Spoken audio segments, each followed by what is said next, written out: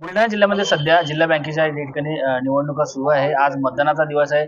आपल्यासोबत बुलढाणा विधानसभा मतदारसंघाचे आमदार संजय गायकवाड आहेत. आपण त्यांच्याशी बातचीत करणार आहोत. काय सांगाल भाऊ, सध्या जिल्हा निवडणुका सुरू आहेत जिल्हा बँकेच्या, काय राहणार आपलं? बुलढाणा जिल्हा सहकारी बँकेच्या निवडणुकीमध्ये सहकार पॅनलचे ऑलरेडी 12 लोक हे बिनविरोध झालेले आहेत. 2 लोकांनी पेटी बंद करून आमच्या उमेदवाराला पाठिंबा दिलेला आहे. म्हणजे जवळपास 14 उमेदवार आमचे आज विजयी झालेले आहेत. आणि आता जी काही पुढची लढत आहे, ही लढत एक लंगडी लढत आहे.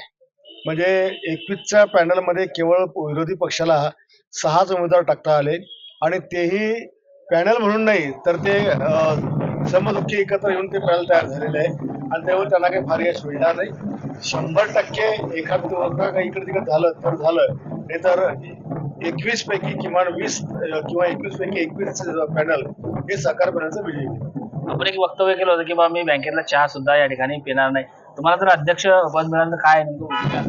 100% ज्या भावनेने संचालक बँकेत जातात की शेतकऱ्याची बँक तिथं आपण लुटली पाहिजे, आयएससी केली पाहिजे, किंवा याच्या आधीच्या बैठक झाल्यानंतर ज्या दारूच्या पार्ट्या चालायच्या, बँकेच्या पैशाची उधळपट्टी चालायची, इथून पुढच्या काळामध्ये हे स्वप्न कोणी संचालकांना मी असताना तिथे पाहू नये.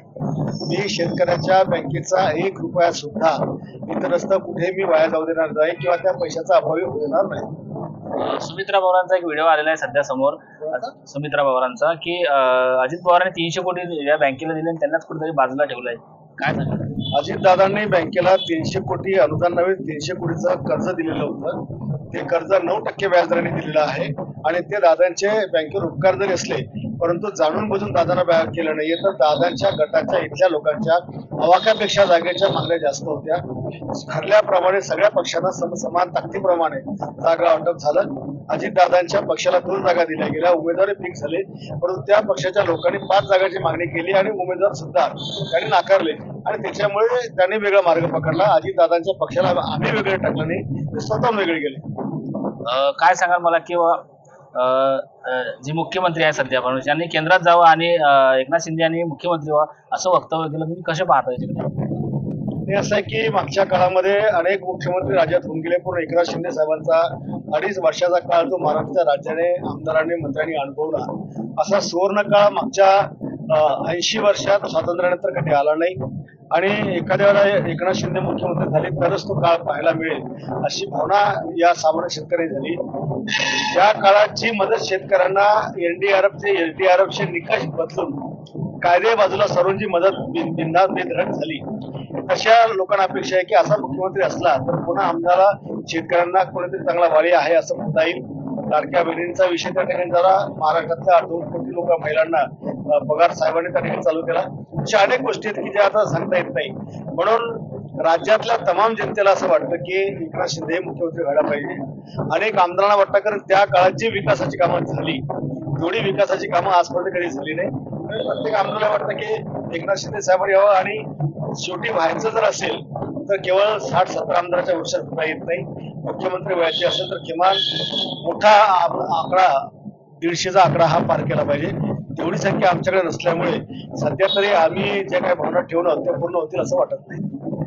मागच्या 5 वर्ष कार्यकाळामध्ये जो विकास झाला बुलढाणा जिल्ह्याचा आणि आताचे जे मुख्यमंत्री आणि मागचे मुख्यमंत्री, काय फरक नेमकं झाला तुम्हाला? खरंच यावेळेस तुम्हाला या 5 वर्षात पैसे, मागच्या 5 वर्षात जे पैसे मिळाले ते या काळात मिळाले का तेवढे?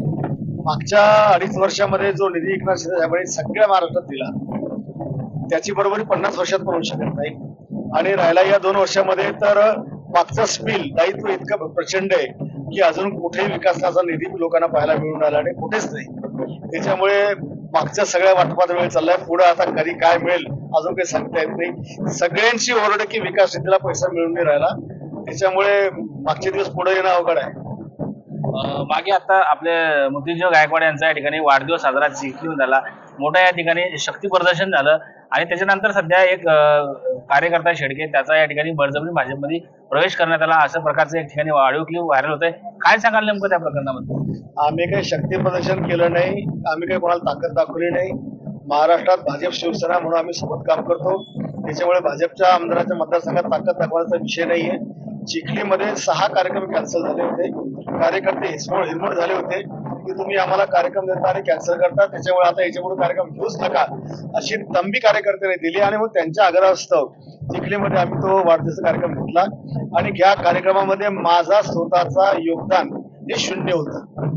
हे सगळं त्या कार्यकर्त्यावर जे प्रेम होतं ते होतं. आणि कोण आपला शेळकेचा वगैरे काय जे प्रवेश आहे, तर कोणाच्याही मानीवर पाय ठेवून, कोणाला धमकी देऊन, कोणाच्या प्रॉपर्टी आरक्षण टाकून, कोणाच्या मालमत्तेला हे करून प्रवेश घेताना ते काही मनापासून प्रवेश नसतात. पक्षामध्ये माणूस घ्यायचा असेल तर तो त्याच्या मनापासून त्याची तयारी असायला पाहिजे. त्याला ब्लॅकमेल करून, त्याला धमकी देऊन किंवा त्याच्या मजबुरीचा फायदा घेऊन जर त्याला पक्षामध्ये ओढलं तर ते लोक पक्षात टिकत नसतात. त्याच्यामुळे आमचा या गोष्टीवर विश्वास नाहीये. आम्ही ज्याला पक्षात घ्यायचं त्याचा आम्ही मन जिंकतो. त्याला विश्वास पडतो की नाही इथं मला न्याय मिळेल, माझी कामं होतील, मी जर माझ्या जीवनातला माझा राजकीय निर्णय बदलला तर तो सार्थक ठरेल, इथं माझा विश्वासघात होणार नाही, मी यांच्या खात्यावर मान टाकतो तर मला विश्वास आहे की माझी मान कापली जाणार नाही, माझ्या मानावर सन्मानाचा तुरा ठेवला जाईल, हा विश्वास प्रवेश करताना असतो. आणि त्याच्यामुळे आम्ही ते प्रवेश घेतो. आम्ही मारून झोडून डोक्याला बंदूक लावून प्रवेश घेत नाही. काय अशी जादू आहे की तुमच्याकडे मोठ्या प्रमाणात या ठिकाणी मागच्या काळामध्ये मोठ्या प्रमाणात प्रवेश झालेले आहे, काय सांगाल मला नेमकं? जादू वगैरे काही नसते. लोकांनी ज्या नेत्यासोबत काम केलं असतं त्याचा अनुभव त्यांना असतो. 10 लोक नेते काम करतात, त्यांना ते पाहतात, आम्हालाही पाहतात. त्यांना त्या नेत्यामध्ये आणि या नेत्यामध्ये त्यांच्यात ते नेता पाहतात, यांच्यात तो माणूस पाहतात, माणुसकीचा माणूस पाहतात, आपुलकीचा माणूस पाहतात. ज्याच्यामध्ये ज्याच्याकडे प्रेम आहे, त्याच्याकडे आपुलकी आहे, त्याच्याकडे भावना समजण्याची ताकद आहे, मदतीचा हात देण्याची क्षमता आहे, हे सगळे ते पाहतात आणि ते अनुभवतात. कोणी सहज कोण्या पक्षात जाताना आपल्या मागच्या 20-25 वर्षाचा राजकीय जीवनाचा प्रवास संपवून आपलं राजकीय जीवन दावावर कोणी कधीच लावत नसतं. जेव्हा त्याला माहिती आहे की या ठिकाणी सुद्धा माझं भलं होऊ शकते, तोच माणूस तसा निर्णय घेतो आणि आम्ही त्याचं स्वागत करतो. कुठेतरी तुम्ही नेहमीच बोलता की बाबा कार्यकर्ता हा जपला पाहिजे, त्याच्याच कुठेतरी हे सगळं फळ आहे. मी सांगतो, आपल्या लेकरा बाळापेक्षा बायकोपेक्षा सुद्धा कार्यकर्त्याला जीव लावला पाहिजे. लेकरा बाळा तर घरात असतात, रात्रंदिवस त्यांचा परिवार सोडून ते लोक उपाशी तापाशी आपल्यासोबत फिरतात, काम करतात, संकटसाळी आपल्या गावासाठी उभे राहतात, आपल्याकरता लोकांशी भांडणं करतात. आपण माझा नेता किती चांगला आहे, माझा आमदार किती काम करतो हे छाती पटून लोकांना सांगतात. आणि त्याच्यामुळे आपण जर त्याला भाडोत्री समजणार असाल किंवा त्याला समजू की नाही हे आपल्या मागे फिरणार आहे, त्यांना गरज आहे, तर हा समज चुकीचा आहे. त्याला आपण एका मोठे असेल तर वडिलांसारखं, त्या विशालांचं मोठ्या भावासारखं, समकक्ष असेल तर त्याला मित्रासारखं, राहाल असेल तर भावनासारखी वागणूक दिली पाहिजे. आणि तुम्ही तशी जर ही वागणूक बाळासाहेब ठाकरे द्यायचे, त्याच्यामुळे बाळासाहेबांचा आजही इतिहास असेल तर नाव आनंद दिघे साहेब द्यायचे. आता अशा प्रकारचं राजकारणात कार्यकर्त्यांना प्रेम लावणारे खूप लोक म्हणजे काय त्याला म्हणून दुर्मिळ झालेले आहेत. अशी लोक दुर्मिळ झालेली. काय सांगाल, चिखलीमध्ये खरंच भगवा फडकणार आहे? आता आम्ही शिवसेना भाजप म्हणून महाराष्ट्रात काम करून आलो. भाजप म्हणते की आम्हाला भविष्यात जिंकायचं, त्यामध्ये त्याची फॉलो पडत आहे. आम्ही म्हणतो मग आम्ही पण जिंकणार आहे. शेवटी त्यांना त्यांचा पक्ष वाढवायचा अधिकार आहे, मला माझा पक्ष वाढवायचा अधिकार आहे. आता आमचा 60 वर आम्ही थांबणार नाहीये. आम्हाला वाटतं 60 200 झाले पाहिजे. जसं त्यांना वाटतं की आमचे 100 200 झाले पाहिजे, तसं मला वाटतं की आमचे पण झाले पाहिजे. आणि म्हणून ज्या दिवशी आमची ताकद वाढत जाईल, युती झाली तर त्यांना फायदा होईल, नाही झाला तर आमच्या पक्षाला फायदा होईल.